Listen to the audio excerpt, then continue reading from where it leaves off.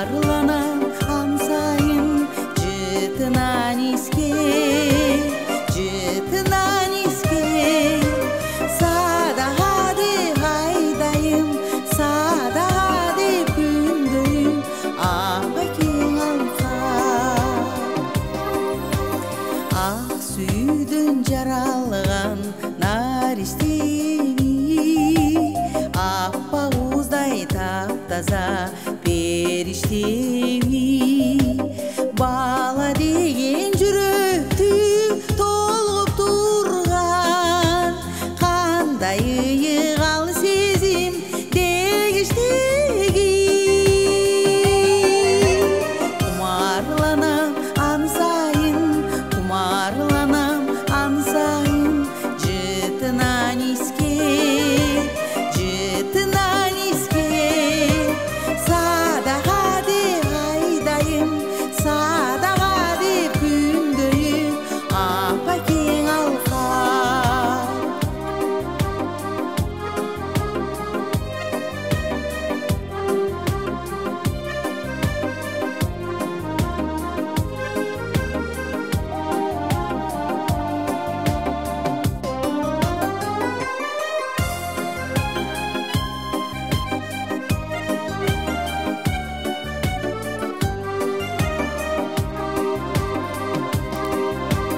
Менен бір ерке баласы еле, өтіп тура зулдап өмірдегі.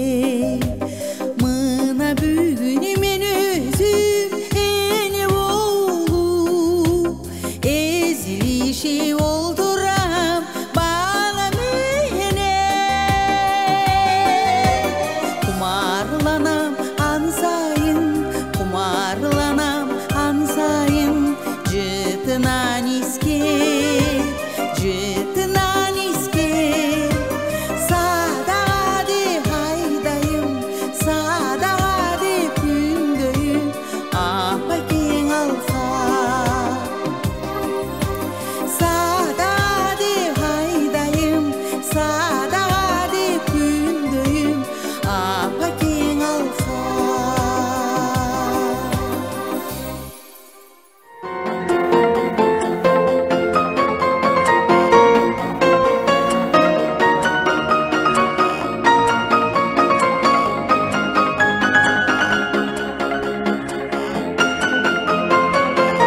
Бақыт бұл қалағаныңды ішке ашыру емес, ішке ашырып жатқан нәрсе бақыттың өзегін түзет дейді. Демек, біз бақыттылымыз. Анткени урматтуу телекөрүүчүлөр, сиздер менен көгүлтүр экран аркылуу амандашып жатабыз. Саламатсыздарбы? ЛТР мамлекеттик телерадио компаниясында ыргайланган өмүр көрсөтүүсү. Бүгүнкү биздин кадырлуу конокторубуз дагы өзгөчө, анткени өмүрүнүн бардыгын кыргыз искусствосуна, кыргыз поэзиясына арнаган ардактуу, сыйлуу, кадырлуу конокторубуз бар. Саламатсыздарбы? Анда жалпыңыздарды тааныштыра кетели. Керемет мына ушул кайрыктары менен жалпы ыр сүйүүчүлөрдүн жүрөгүнөн орун алган, бүгүн дагы мына ушу ырлары эл ичинде жашаган композитор Кыргыз Республикасы элерси Каныкей Эралиеванын чыгармачылыгы, ырлары, керемет кайрыктары, негизи эле мына ушу Каныкей Эралиеванын мына ушу жакшы ийгиликтери туурасында биз мына ушу көрсөтүүсүн сөз кылабыз. Ал эми биздин мына көрсөтүүбүздүн кадырлуу мейманы Кыргыз эл акыны, бүгүнкү күндө адабияттын аксакалы, көптөгөн жаштардын устаты Анатай Өмүрканов агайыбыз да бүгүн бизде конокто. Кош келиңиздер. Биздин көрсөтүүбүздүн биринчи бөлүгү ыр дүйнөнүн башаты дейт. Каныкей эже, кош келиңиз. Сизди куттуктайбыз. Анткени дагы талбай, дагы ырларды жаратып, эмгек жаратып келесиз. Эмгек адамды жараткан деп бекеринен айтылбаса керек. Ошондуктан сиз баянды ушул окуу жайга келгенче эле үйрөндүңүзбү же окуу жайга келип үйрөндүңүзбү? Биз илгери бала кезде Актала району Дөрөлжүн селосунда ошондо Маадамбек Алмакунов деген оюнчу болгондо, сабак берип, музыкант экен, билимдүү, Күрөңкеевди бүткөн экен, Муратал Күрөңкеев окуу жайын. Ошол агайдан сабак алып калабыз да. Башталышы ошондон да. Башталышы. Анан аккордеон аябай чоң болуп, анан баян, кичинекей баян ошону кичине кармалап үйрөнүп, менен кошо тиги Турдубек Чокиев агам дагы экөөбүз чогуу барчубуз да сабакка. Ал менден мурда үйрөнүп алып, анан Ал Мадамбек Алмакунов агабыз кийин Нарынга кетип калганда анан Турдубек үйрөнүп калды да, мен кичинекеймин. Анан Турдубектин артынан калбай жүрүп, үйрөтчү деп атып калган үйрөнүп алгам. Турдубек Чөкеевке да ыраазычылык билдирели. Ал киши бүгүн келмей келет, лек каршы себептерден келе албай калды. Бирок ошентсе дагы мына ушу чыгармачылыктын өнөр дүйнөнүн башаты ушундай экен да. Кийин ошол баян классын бүтүрдүңүз, Анан 8 классты бүтүп, ага чейин баянды сызгырылтып ойноп калгам. 10 чыгарып, ошол 4 классыман баштап 10 чыгарып далалат кылып. Анан кийин ошо 8 классты бүткөндөн кийин ошо Мураталы Күрөңкеев атындагы музыкалык окуу жайына баян классына киргем, даярдоо курсуна. Андан ошо менен ошо жол менен келатабыз. Эң сонун Мураталы Күрөңкеев атындагы музыкалык окуу жайдын баягы тузу оор окшойт. Бүгүн ошол жерде жүздөгөн жаштарга билим берип, жол көрсөтүп, музыка дүйнөсүнө тарбиялап келесиз. Албетте, мына ошо сиздин ырларыңызды карап отурсак, биринен бири өзгөчө да. Көптөгөн мына ошо акындардын ырларына экинчи өмүр берип, мына обон жараттыңыз. Алардын бири мына кыргыз эл акыны Анатай Өмүрканов агайыбыз биздин төрүбүздө. Кош келиңиз агай, биздин көрсөтүүбүзгө. Сизди көргөнүбүзгө абдан кубанычтабыз. Каныкей Эралиеванын мына ушул обондору сиздин ырларыңыздын сөздөрүн кооздоп отурат да. Айтсаңыз, кайсы жылдардан баштап чыгармачылыкта бирге иштеп баштадыңыздар? Каныкейлер жана өзү айткан училищага келгенде кичинекей кызы болчу, баянын тартчу. Кийин Атайбек барып кошулду. Ошо менен биздин мындай байланышыбыз чыгармачылыктагы мындай агай инилик жагынан дагы ошол учурга туура келет. Туугандык жагы дагы. Көп убакыт өтүп кетти. Канчасы убакыт дегендей, бирок ошондон бери биз чыгармачылыкта дагы мындай ар кыл жашоодун учурунда дагы бирибиз колдоп, сүйөп, таяп, бирибизден бирибиз үйрөнүп келатабыз. Туура, сиздин сөздөрүңүз мына ушул кайталангыс саптар менен жазылат. Бардыгы жакшы билет поэзия сүйүүчүлөр. Ал эми Каныкей Эралиева мына ушу сиздин сөздөрүңүзгө жан киргизип обон жаратат. Алдырлардын бири мына көп, мисалы үчүн айтсак, Акыр когон куруу деген ыры мынакей ар бир мына ушу мектептерде салтанатта жаңырат. Агай, анан эң биринчи кайсыл ырыңызга обон чыгарды? Кандай купуңузга толдубу, уктуңуз сиз дегендей? Ошол учурду бир эстеп берсеңиз. Ал убакта эми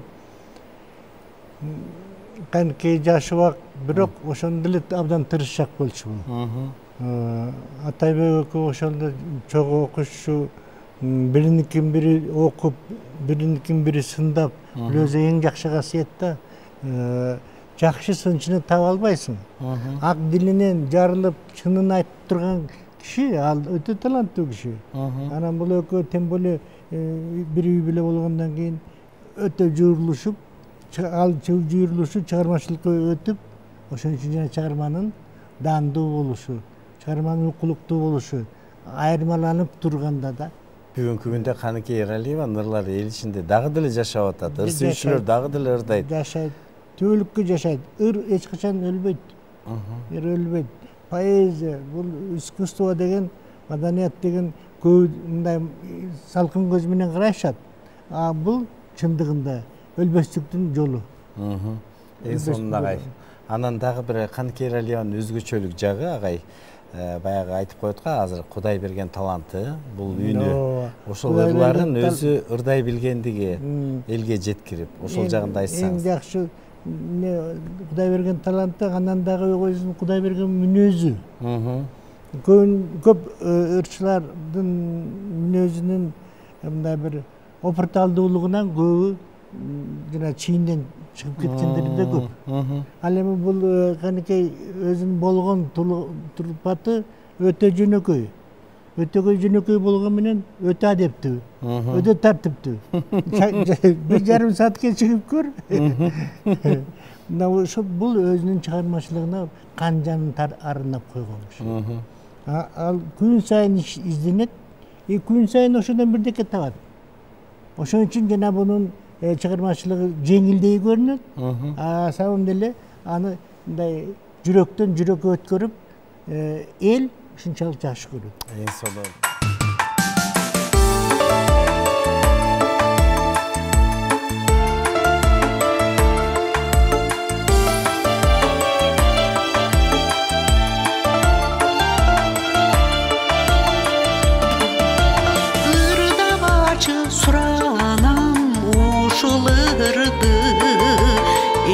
эске салып жоголгон махабатты көп күтүүдөн саргайып аран тапкан жолугушуу бүгүнкү мага жакты жолугушуу бүгүнкү мага жакты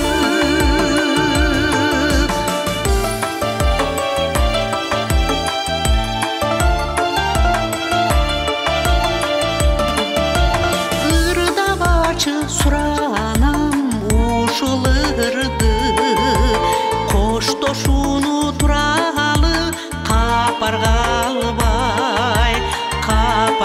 албай эки башка жол күтүп эртеңдерден тагдыр бөлгөн жактарга сапар алмай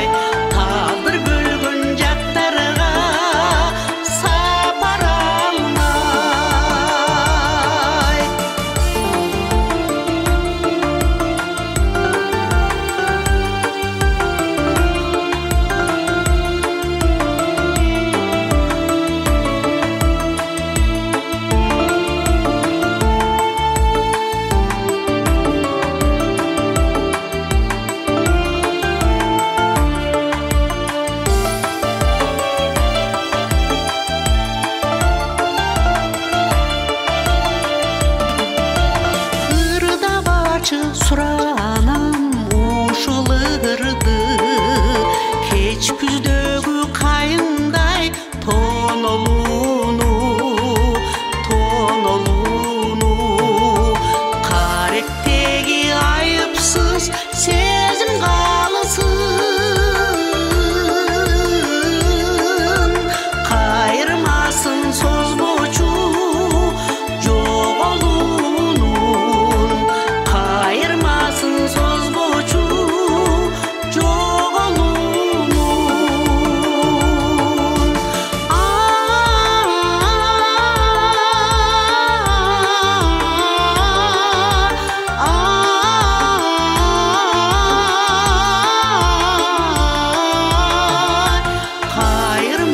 созбочу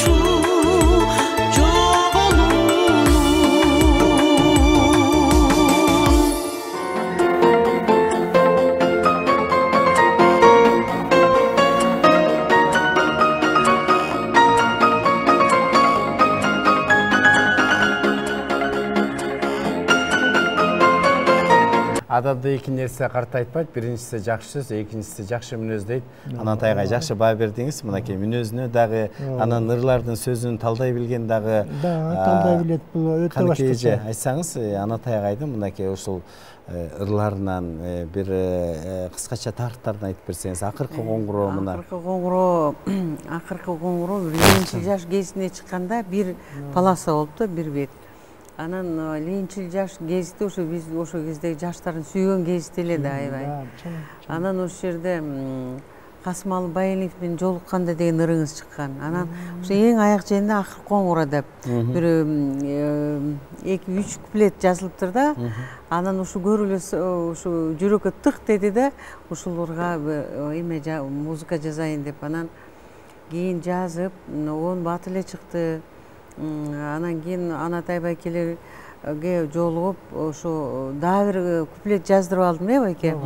Ошондо биринчи куплет кайрымасы менен, экинчи куплет кайрымасы менен, анан биринчини кайра кайталап жолугуш үчүн тарайлы деп бүтөт да аягындачы, ушундай жакшы ой мененчи. Анан ошол акыркы коңгуроону ошо бат эле радиого жаздырып, Атайбек аккордеондо, дагы бир биздин жолдоштор плекторду ойноп, гитара ошо менен радиого жаздырып, бат эле элге тарап кетти. Мына азыр акыркы коңгуроо жашап атат. Бүгүнкү күнгө чейин. Бул жерде мен оңдондо байкемдин ошол ырынын эң бир сонундуу тереңдиги, нукуралыгы аябагандай. Эң бир жакшы ойлору ошол ырды оонду көтөрүп турат да. Сөз жакшы болсо ошончолук оон жакшы чыгат. Анатайга айтсаңыз, акыркы коңгуроо бул мектепти бүтүп атканда жазылдыбы же качан? Бул мен немде оюмда. 10 класс бүткөндөгү ыр болчу. Караңызчы. Ал тиги Киров мектебинде окугам, Таластагы. Райондук кесипке чыккан боюнча калган ошол. Эң сонун. Сиздин дагы бир кийинки жазылган дагы бир керемет саптарыңызга Каныкей Эралиева огон жаратты бул күн желеси. Мунун сөзү дагы өзгөчө, Каныкей эже. Анатай экем көп сөздөрүнө мен дагы жаздым, Атайбек да жазды. Бар болгула деп деген ырыбыз, Акшоола балдар хормен ырдаган, азыр Гүлнур Сатылган ырдап жүрөт. Да башка ырчылар жүрөт. Ошондой эле Эне жердин жүрөгү деген ыры. Жашыл арал деген. Караңызчы. Айттырбай бил деген. Үмүтүмдүн терезеси деген ырыңыз.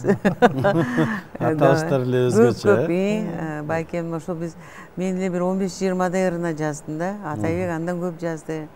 Ишыл Атай экөөбүздүн ырларыбыз, Анатай байкем сөзүнө жазылган обондорубуз бир чоң китеп болчу деп болуп калды. Эң сонун тарыхка бай обондор дейт. Биз азыр Анатай Өбүркановдун сөзүнө обону Каныкей Эралиевага таанды күн желеси деген ырды тартуулайбыз. Андан кийин биз маегибизди улантабыз.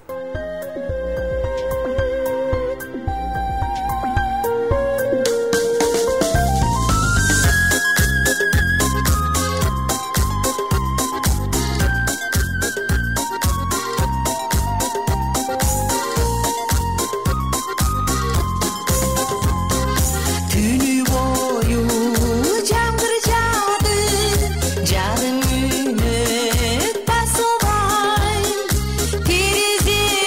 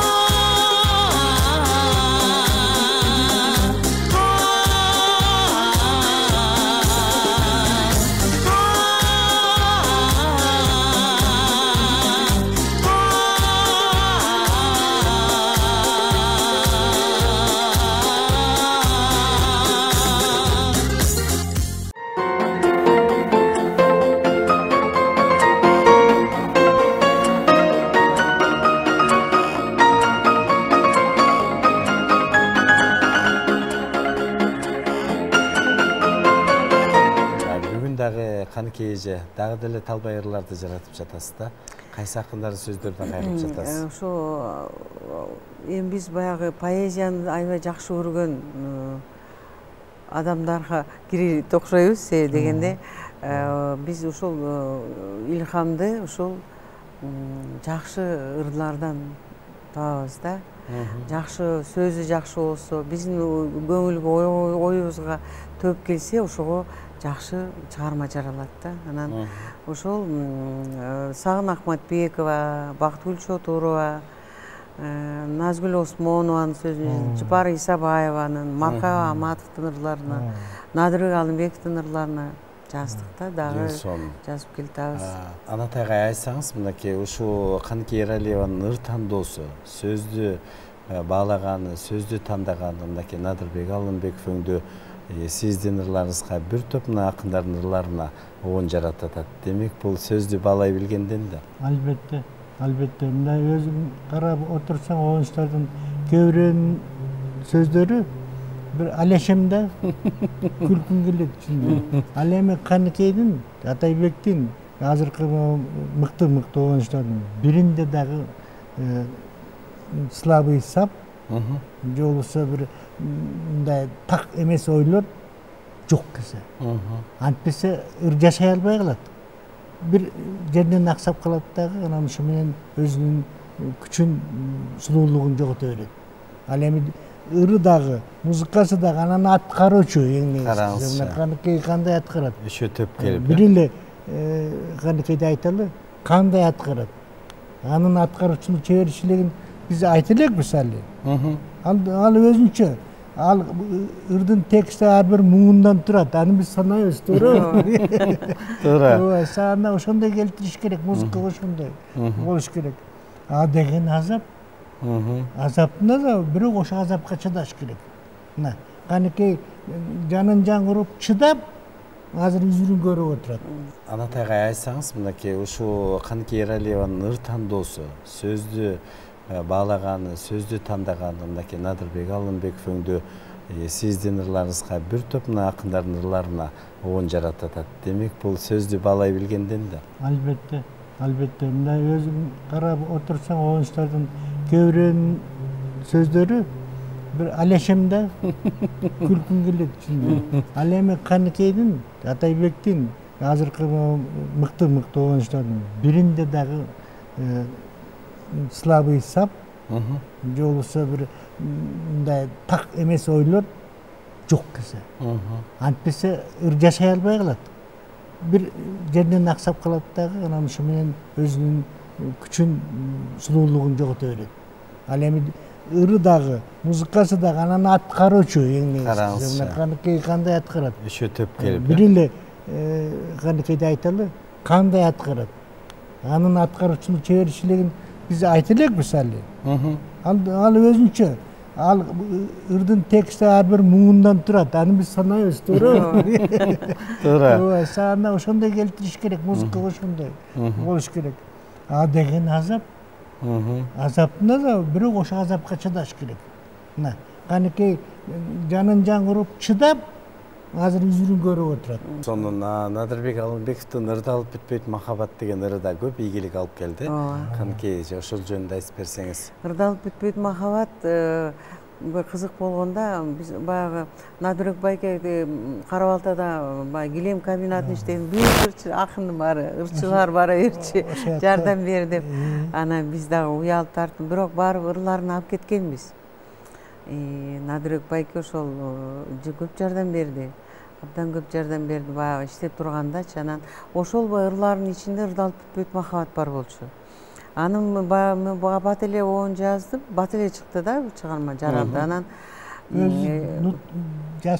жаралышы татынакай. Ооба, абдан жакшы, мага да аябай жакты. Анан өзү уга элек болчу. Анан Ошко бир творческий чыгармачылык концерт менен барып, анан самолетто чогуу учтук да. Анатайбекке кызыгы да Надырбек байке Маркабай Аматов бар жанында иншалла. Анан Бүгін кечинде саат 5-те тиги Ош драма театрында биздин кече болот. Ырдалып бүтпөйт махаббат деген көк китеби чыккан, ошонун бет ачары. Анан мен айттым, ошоңузга мен 10 жазгам, анда ошону келип ырдап бер деп. Анан кызыгы атайы ошондо оор больницада эле, анан эми кимге ойнотом деп. Тиги оюнчуга бар, мен ырдап берейин, ошону ойноп берчи десем. Өзүм деле баян мен аккордеон тартып ырдасам болмок да, бирок тартындым да баягы. Анан болот токтобай анда жаш жигит эле, анан угуп көрсөң десе ырдасам макул, ал сразу ошо илип алды да, слуху күчтүү экен. Анан ошол жерден анан экөөбүз кечке чейин заниматься этип, анан кечинде ырдап бердик.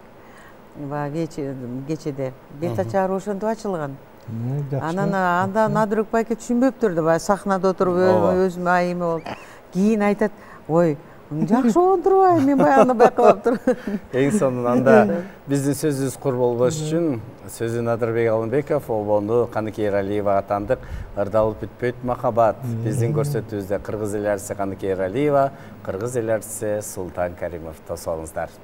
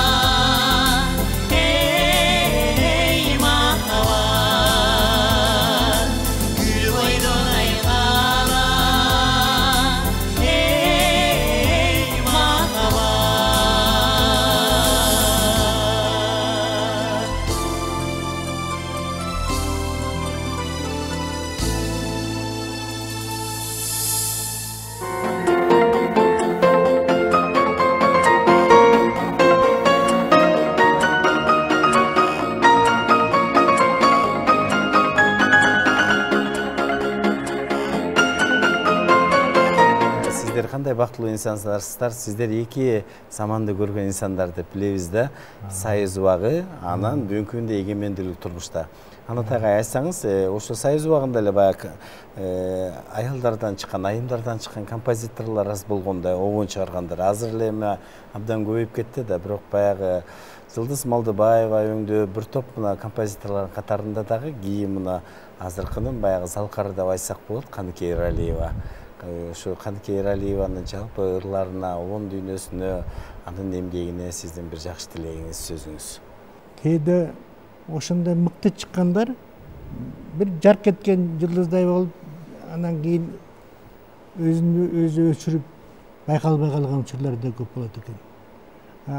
Бул Каныкейдин алардан айырмачылыгы бул өзү менен өзү иштеген абдан жакшы өзү иштеген.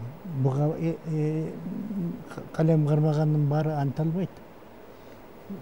Тияка барып, тиги досуна, буяка барып, кандай деп ойлоп отура берет. Ал эми бунда ат субъектин өзүнүн өзү колдогон, өзүн өзү тереңден билген касиет бар да. Мен буну жаза алам, мен буну жазып коем деген ишеним турат ар жакта. Караңызчы. Ошон үчүн бунуку жемиштүү тез, эгерде мисалы үчүн кээ бир композитор бир айда бирди, экини, үчтү чыгарса, бул 5ти чыгарат. Бунун иштөө жөндөмдүүлүгү, анан кийин бунун билими, тереңден алган, улуулардан алган билими, ошонун баарын сактап өзүнө азык кылып, ошондон азыктанып, ошондон кубаттанып келатат. Бул өтө чыгармачылыкта өтө керектүү нерсе.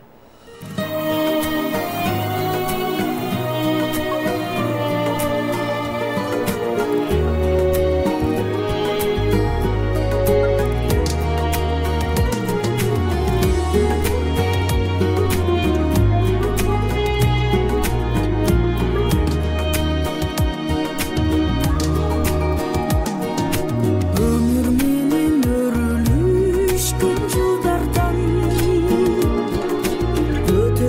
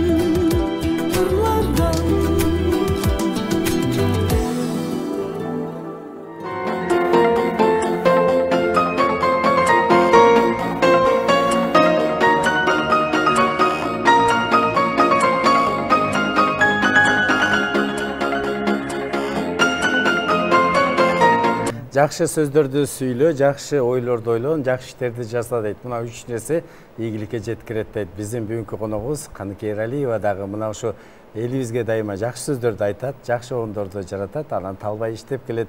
Демек мына ушу ийгиликке жеткен инсан деп биз дайыма баалап келебиз. Каныкей эже, анда сөз кезеги сизде. Бүгүнкү көрсөтүүбүз мынакей сиздин чыгармачылыгыңыз жөнүндө болуп атат. Анда сөз сизден болсун. Чоң рахмат Айбек, ушундай ыргайланган өмүр деп ушундай теманы коюп, ушу өнөр адамдарын жакшы жагын, жакшы эмгектерин көрсөтүп атканыңарга силерге чоң рахмат. Элтир каналына, сен өзүңө, сенин командаңа. Аны мен кааларым эң башкысы заманыбыз тынч болуп, эл журт эсен аман болуп, чыгармачыл адамдын тилегени эле жакшылык да. Ошол адамдарга каалообуз ушул биздин жакшы оңдор, жакшы жараткан ырларыбыз кайсы адам уккан адамдын жүрөгүнө жетип, жакшы ойлорду, жакшы сезимдерди жаратса биз бактылуубуз.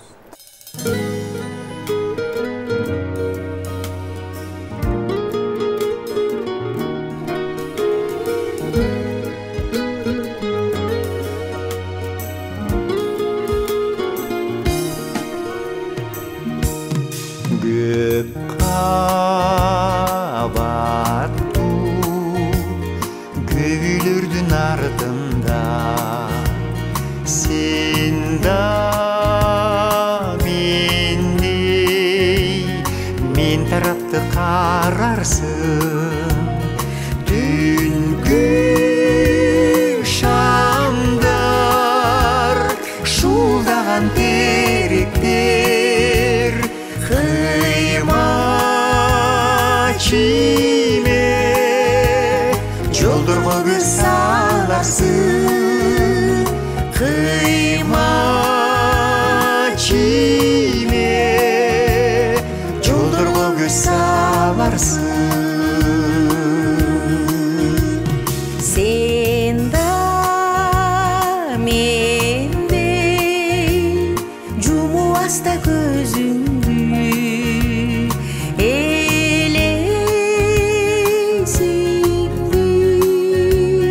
көз алдыңан өткөрүп көңүлүңдү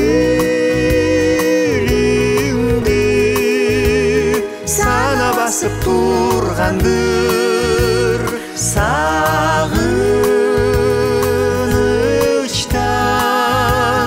бөлкүрөгүң өрттөнүп, сагынычтан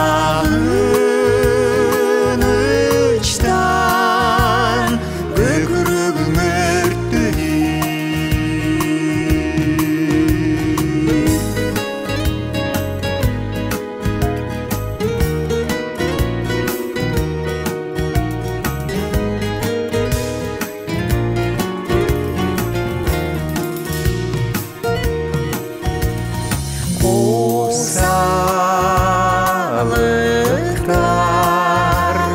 бүтпөчүдөй сезилип жолугушчу күндөрүбүз кечиги жаныбызда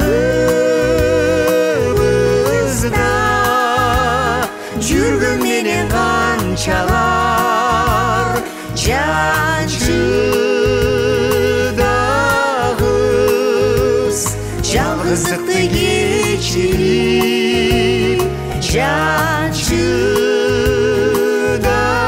кыз жалгыздыкты кечирип, жакын менен жашап атып бир шарда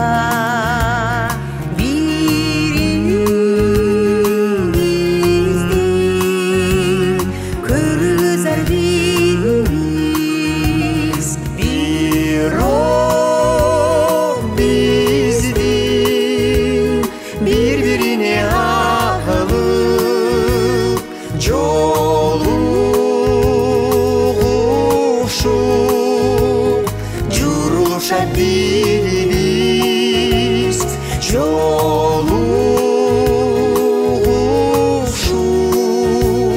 juruluşan dilimiz Juruluşak dilimiz, juruluşak dilimiz.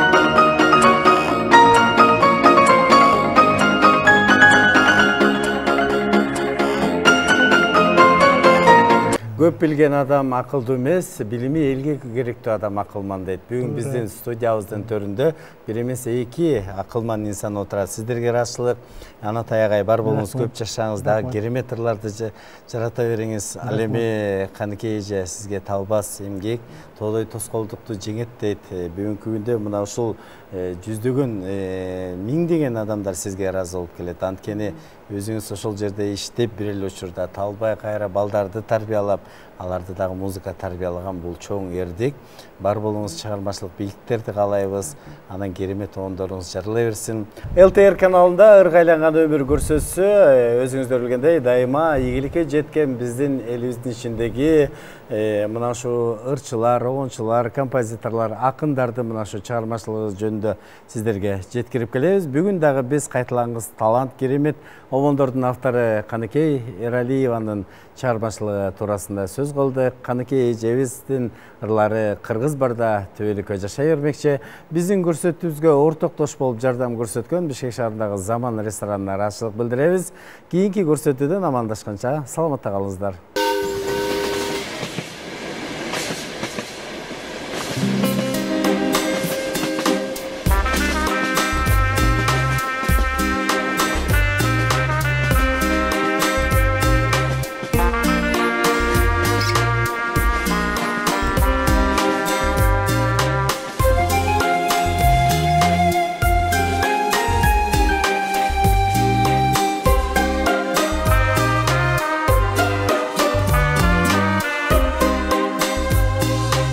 Аянбастан көкүрөктүң ачайын аптыктырган борондорго аккарга такыр башка ойлор менен жашайын алып кетчи мени башка жактарга эстен чыксын көптү баштан өткөргөн мен бир аял сен оюнчук экени калсын жерлер кулак болуп көз көрбөгөн жүр жактарга кетели көз көрбөгөн жүр жактарга кетели бир кирелип канжынашкан калага бир чыгалык каңгыраган талага мен жүрөккө карабайын жарага сен оюнчук экениңе караба эстен чыксын көптү баштан өткөргөн мен бир аял сен оюнчук экени калсын жерлер кулак болуп көз көрбөгөн жүр жактарга кетели көз көрбөгөн жүр жактарга кетели.